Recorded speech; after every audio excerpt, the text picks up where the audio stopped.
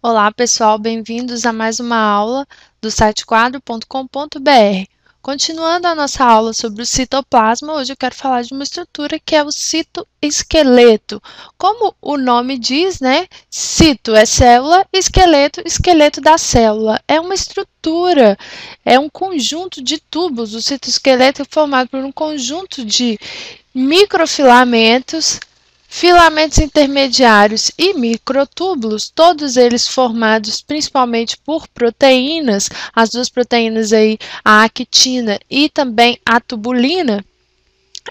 E esse citoesqueleto ele vai determinar aí algumas funções nessa célula, tá? Ele vai desempenhar algumas funções da célula. A primeira função que é o citoesqueleto que determina a forma, né? Tem aqui uma imagem, ó, que vocês podem ver bem legal aqui, ó, a organização dos filamentos do citoesqueleto, tá? Dos microtúbulos e dos microfilamentos, e vocês podem ver que é a organização que determina essa forma arredondada aqui da célula, tá? É o citoesqueleto também que organiza o citoplasma. Quando eu digo organizar o citoplasma, eu quero dizer duas coisas. Primeiro, existe um movimento, o citoplasma e as organelas contidas nele estão em constante movimento, num movimento circular chamado de ciclose. É a organização do citoesqueleto que permite que haja esse movimento circular do citoplasma, tá?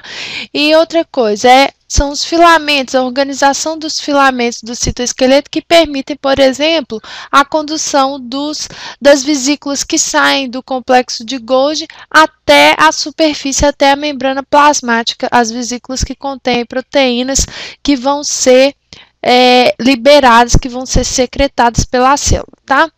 Bom, o citoesqueleto também permite que células adjacentes se unam, então ele permite a adesão das células, ok? E ele permite a movimentação ameboide. Essa aula nossa tem bastante ilustrações aqui que eu trouxe para vocês. Então, algumas células, né? E alguns seres vivos, como as amebas e alguns protozoários, eles se locomovem a partir de extensões da membrana, de extensões do citoplasma, tá? Lançadas aí sobre uma superfície de adesão, tá? Que são os pseudópodos. Aqui tem uma imagem de microscópio, tá? Então aqui vocês veem o pseudópodo, que é essa projeção aqui lançada com o auxílio do citoesqueleto, tá? A célula se adere aqui a uma superfície e aí o citoesqueleto empurra o citoplasma, empurrando também a membrana e toca um outro ponto, empurrando a célula, tá? Aí, quando o citoesqueleto encurta, a parte de trás é puxada aqui e essa nossa célula está seguindo aqui nessa direção, né? Ok? Então, citoesqueleto é que tem essa função aí de movimento, desse movimento que a gente chama de ameboide. Ele também é importante para a contração muscular.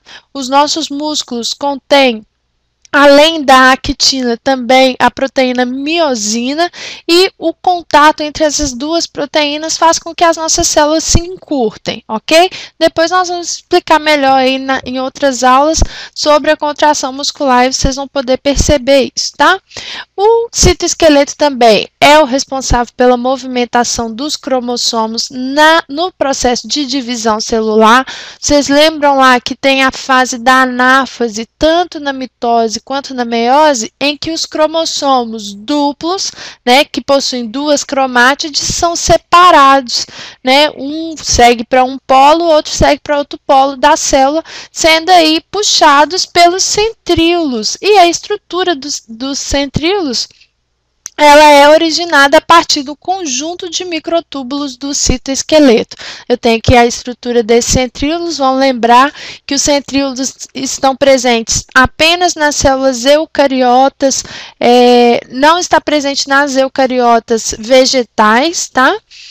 E ele está sempre aos pares, e esse centríolo é duplicado aí no momento que a célula vai se dividir para promover a separação dos cromossomos, lançando as fibras do fuso, tá? Aquelas fibras do fuso estão também formadas por microtúbulos.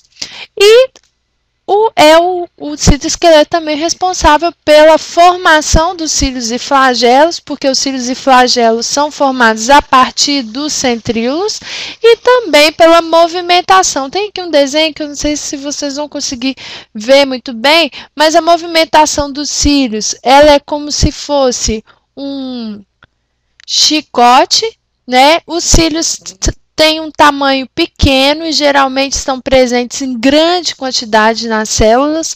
Alguns protozoários se movimentam através de cílios, então existe grande quantidade de cílios. E também temos o flagelo, que já é uma estrutura única, tá?